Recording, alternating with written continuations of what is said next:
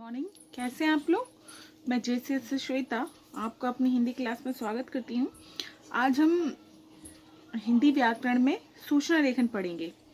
तो पहले हम ये जानेंगे कि सूचना होता क्या है, किस लिए इसका उपयोग होता है, क्यों ये हमारे कोर्स में आया है। तो चलिए शुरू करें। प्रायः सूचना मौखिक या लिखित रूप से दी जाती है। सूचना मतलब होता है किसी को कोई जानकारी देना। आधुनिक युग में मौखिक सूचना आकाशवाणी, रेडियो, टेलीविजन आदि के माध्यम से दी जाती है। जब सूचना लिखित रूप में देने के लिए तैयार की जाती है तो उसे सूचना लेखन कहते हैं। जैसे अगर मैं आपको मुंह से बोल के कोई बात बता रही हूँ, जैसे मैं आपको बता रही हूँ कि कल स्कूल में आप लोगों को आना है और आपको आके अपनी कॉपी चेक करवानी है, तो ये हुई मौखिक सूचना। और यही बात अभी मैं आपको व्हाट्सएप के माध्यम से देती हूँ लिख कर, तो ये हो जाएगी लिखित सूचना कि मैंने आपको लिख कर बताया है कि हमें क्या करना है। ठीक है, अब हम देखेंगे सूचना लेखन का अर्थ। अभिप्राय। सूचना लेखन का अपना एक विशेष महत्व है। जब एक ही जानकारी को बहुत सारे व्यक्तियों को व्यक्तिगत स्तर पर अलग अलग देना संभव नहीं होता है, तब इसके लिए सूचना लेखन का सहारा लिया जाता है।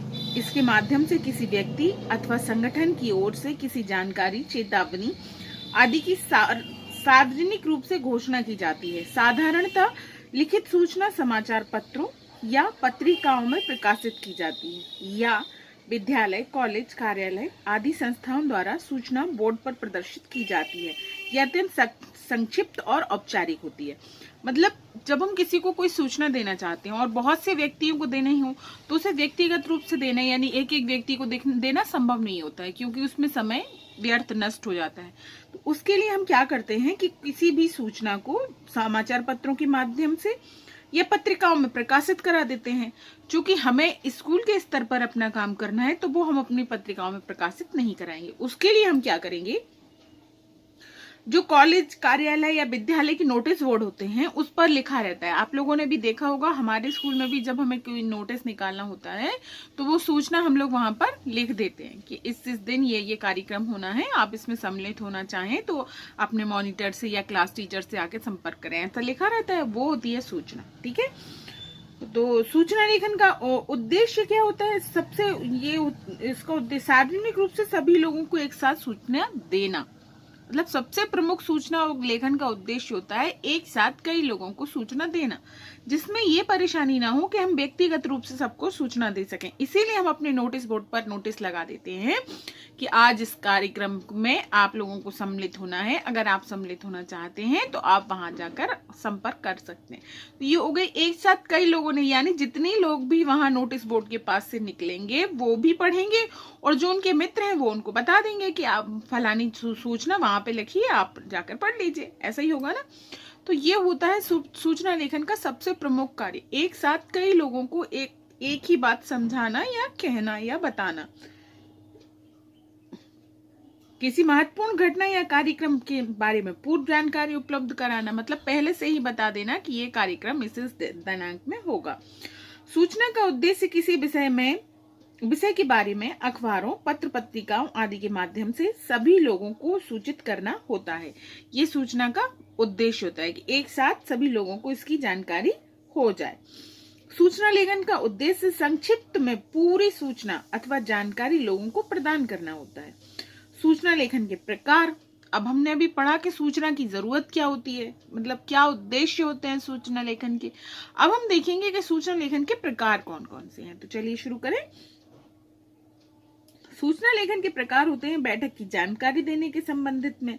मतलब अगर हम कोई बैठक कर रहे हैं, कोई आयोजन कर रहे हैं, तो उसके बारे में संक्षिप्त सूचना दी जाती है कि एक साथ फलानी दिनांक को ये बैठक है, आप वहां पर उपस्थित हो। तो ये भी एक सूचना होगी, मतलब बैठक के संबंध में हमने उन्हें सूचना दे दी। ठीक है।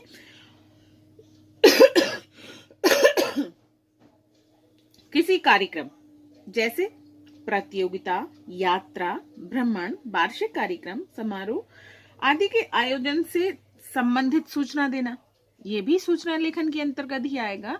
कि अगर हम इनमें से कोई भी कार्य कर रहे हैं, जैसे हम कोई किसी तरह की प्रतियोगिता कर रहे हैं, या हम कहीं घूमने जा रहे हैं, या हमारा कोई वार्षिक कार्यक्रम है या समारोह है और उसके विषय में हम सूचना देना चाहते हैं, तो वो भी सूचना लेखन के अंतर्गत ही आएगा और ये सूचना का एक प्रकार होगा। सामान गुम हो जाने पर या पाए जाने के संबंध में भी सूचना दी जाती है। नोटिस बोर्ड पे लगा रहता है, आपने देखा होगा कि अगर किसी की कोई चीज गुम गई है तो यहाँ आके ले ले और प्राचार्य ऑफिस में जमा है। ये भी एक तरह की सूचना होती है। नाम, पता, आवास, कंपनी, बैंक खाता आदि बदलने की सूचना देने से संबंधित भी सूचना लेखन होता है। अगर कोई अपने किसी खाते की या किसी जगह की या कहीं की भी अपना पता बदल रहा है तो उसमें भी वो सूचना दे सकता है। अपील करने या चेतावनी देने से संबंधित भी सूचना होती है। जैसे अखबारों में आपने पढ़ा होगा ना, किसी भी तरह की कोई सरकारी वो निकलते हैं कोटे, तो उसमें लिखा रहता है ना, अपील करता हूँ, लिखा रहता है। वो भी एक तरह की सूचना होती है। अब हमें देखना है कि सूचना लेखन में हमें क्या क्या सावधानी रखनी चाहिए। जब हम सूचना लेखन कर रहे हैं तो हमें क्या क्या सावधानी होनी चाहिए जिससे सूचना गलत ना हो। सूचना लेखन के आरंभ में सूचना जारी करने वाली संस्था अथवा संगठन के नाम का उल्लेख होना आवश्यक है। मतलब जिसके संबंध में भी हम सूचना दे रहे हैं उस संगठन का नाम होना आवश्यक है, तभी सूचना संपूर्ण मानी जाएगी। जब हम सूचना लिखना शुरू करेंगे तो सबसे पहले उसी स्कूल या संगठन का नाम सबसे ऊपर होगा, फिर हम आगे बढ़ेंगे। जैसे हम पत्र लिखते हैं तो पत्र में क्या शुरुआत करते हैं, सेवा में श्रीमान लिखते हैं ना, फिर उसके नीचे बढ़ जाते हैं। इसी तरह से जब हम सूचना लेखन करेंगे तो सबसे प्रमुख ऊपर मुख्य हमारी हेडिंग होगी कि फलाना फलाना स्कूल। जैसे हम पढ़ा रहे हैं ज्वाइंट कैंपियन में, मैं ज्वाइंट कैंपियन की टीचर हूँ और आप ज्वाइंट कैंपियन के छात्र हैं, तो हम वहां पर सूचना में सबसे ऊपर लिखेंगे ज्वाइंट कैंपियन स्कूल करीला सागर। तो ये हो गया हमारा सूचना देने वाली जगह या संगठन का या संस्था का नाम। ठीक है, इसके बाद अगली पंक्ति से सूचना लिखी जाएगी। उस पंक्ति में नहीं लिखी जाएगी, वो पंक्ति हम वहीं छोड़ देंगे। उसके बाद अगली पंक्ति से हम सूचना लिखना शुरू करेंगे तो हमारी सूचना शब्द लिखने के बाद अगली पंक्ति में बाईं तरफ दिनांक लिखी जाती है। बाईं तरफ दिनांक लिखी जाती है, याद रखिएगा। जब आप सूचना लिख रहे हैं तो बाईं तरफ ही दिनांक लिखी जाएगी। इसके पश्चात सूचना का विषय लिखना चाहिए, मतलब किस विषय में सूचना दी गई है। जैसे विद्यालय में वन महोत्सव का आयोजन होने के लिए सूचना दी गई है, या किसी अन्य कार्यक्रम में, तो वो उसका सूचना का विषय होगा, तो वो भी ऊपर लिखा जाएगा। ठीक है, सूचना लेखन में सभी आवश्यक जानकारी सम्मिलित की जानी चाहिए, इससे इसका उद्देश्य पूर्ण हो। सूचना लेखन में अनावश्यक बातों का समावेश नहीं होना चाहिए, इससे सूचना लेखन का महत्व कम हो जाता है। मतलब जो भी हम सूचना लेखन के विषय में बता रहे हैं या बताना चाह रहे हैं वो सिर्फ स्पष्ट तरीके से अपनी बात लिखेंगे। दुनिया भर की बातें उसमें नहीं होंगी, सीधी सी बात लिख देंगे। मैं अभी आपको बताऊंगी कि किस तरह से सीधी सी बात लिखनी है, हमें ज्यादा डिटेल में नहीं जाना है, क्योंकि सूचना लेखन लिख रहे हैं, सूचना लिख दे रहे हैं, हम पत्र नहीं लिख रहे हैं। पत्र का विषय विस्तृत हो सकता है जबकि सूचना का नहीं, सूचना संक्षिप्त में ही होगी। ठीक है, सूचना लेखन में क्या, क्यों, कब, कहां, कौन आदि प्रश्नों के उत्तर प्राप्त होने चाहिए। इसका अर्थ यह है कि सूचना लेखन में विषय से संबंधित पूर्ण जानकारी का समावेश होना अनिवार्य है। मतलब जो भी आप जानकारी देना चाह रहे हैं वो क्या है, मतलब क्या जानकारी है, क्यों है, किस लिए आप देना चाहते हैं, कब है, मतलब जो भी आप आयोजन या कर रहे हैं वो कब है, किस दिनांक में है, कहाँ है, ये भी तो बताना पड़ेगा ना कि कहाँ है, और कौन आदि प्रश्नों के उत्तर सूचना में मिलने चाहिए, तभी वो सूचना पूर्ण मानी जाएगी। अगर हम इन प्रश्नों में से किसी भी एक प्रश्न का उत्तर नहीं देते हैं तो वो सूचना गलत मानी जाएगी। व्याकरणिक दृष्टि से, चूंकि हम यहाँ व्याकरण पढ़ रहे हैं और व्याकरण के माध्यम से सूचना पढ़ रहे हैं, तो हमें ये आना चाहिए कि किस तरह से हम अपनी सूचना तैयार करते हैं। आगे लिखा है सूचना लेखन के अंत में नीचे बाईं तरफ सूचना देने वाले व्यक्ति का नाम तथा पद का उल्लेख अवश्य करना चाहिए। आवश्यकता पड़ने पर हस्ताक्षर भी करने चाहिए।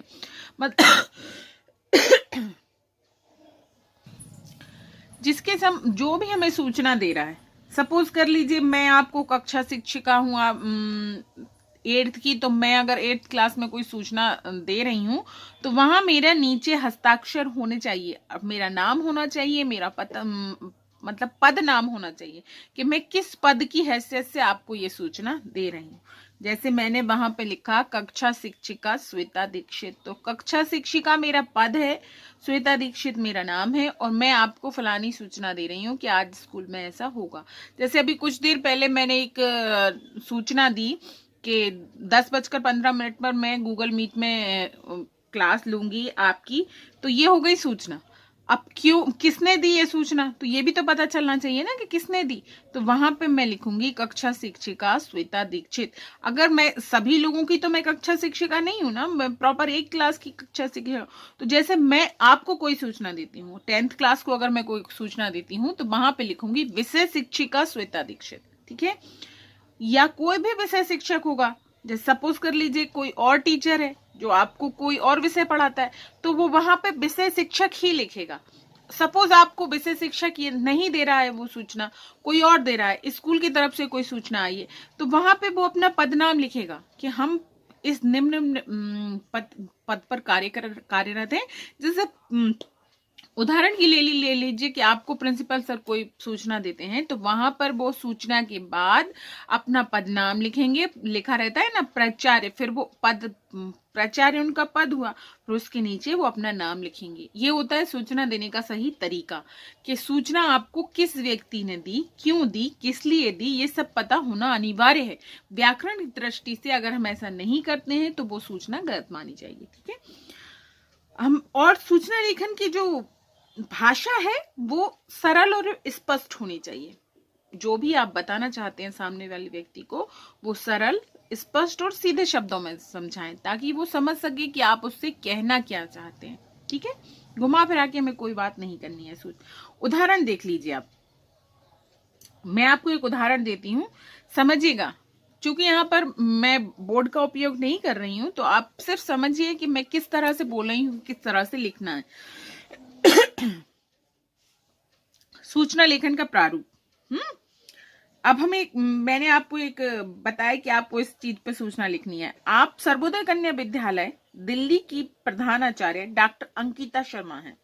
विद्यालय में वन महोत्सव का आयोजन करने से संबंधित सूचना विद्यालय के सभी शिक्षकों तथा छात्राओं को 20 से 25 शब्दों में आपको देनी है।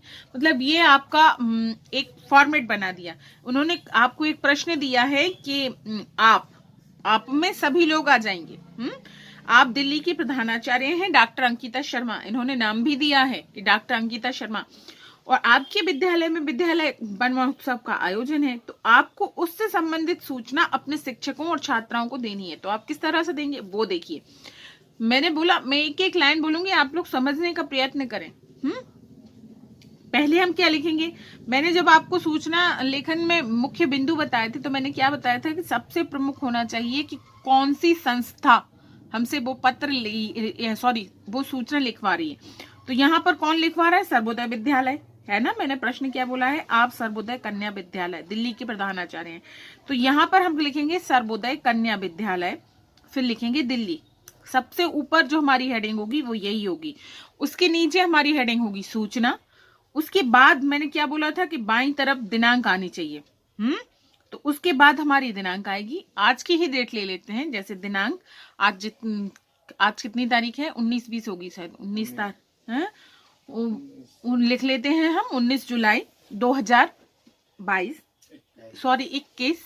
उसके बाद हम लिखेंगे डेट के बाद हम लिखेंगे विद्यालय में वन महोत्सव का आयोजन। ये हमारा मुख्य विषय हो गया कि किस विषय पर लिखना है। फिर हम उसमें आगे जाएंगे। सभी शिक्षकों एवं छात्राओं को सूचित किया जाता है कि 19 जुलाई 2021 को हमारे विद्यालय, इन्होंने क्या नाम दिया था, सर्वोदय कन्या विद्यालय में, दोपहर 12:30 बजे विद्यालय परिसर में वन महोत्सव कार्यक्रम का आयोजन किया जाएगा। आप सभी इस कार्यक्रम में अपना सहयोग देकर इसे सफल बनाएं। सभी छात्रों और शिक्षकों की उपस्थिति अनिवार्य है। ये हो गया हमारा सूचना का, कि हमें किस विषय में सूचना देनी थी। मैंने प्रश्न आपको बताया था, तो ये मैंने आपको सूचना बता दी कि हम इस तरह से सूचना देंगे। फिर नीचे मैंने क्या बोला था कि जब भी आप सूचना दे रहे हैं तो आप जिस पद पर भी हैं वो पद लिखें, तो वो भी बाईं तरफ ही लिखा जाएगा। तो नीचे इन्होंने लिखवाया था हमसे डॉक्टर अंकिता शर्मा, तो पहले हम लिखेंगे पहले हम इनका पद नाम लिखेंगे प्रधानाचार्य, फिर उसके नीचे हम इनका नाम लिखेंगे डॉक्टर अंकिता शर्मा। ठीक है, ये हुआ हमारा सूचना देना, इसको बोलेंगे सूचना का लेखन। अगर आपको फिर भी कोई डाउट रह जाता है या जैसे आपको लगता है कि इस तरह से सूचना किस तरह से लिखेंगे, तो वो सब आप मुझसे पूछ सकते हैं पर्सनली कांटेक्ट करके। Okay, bye, take care.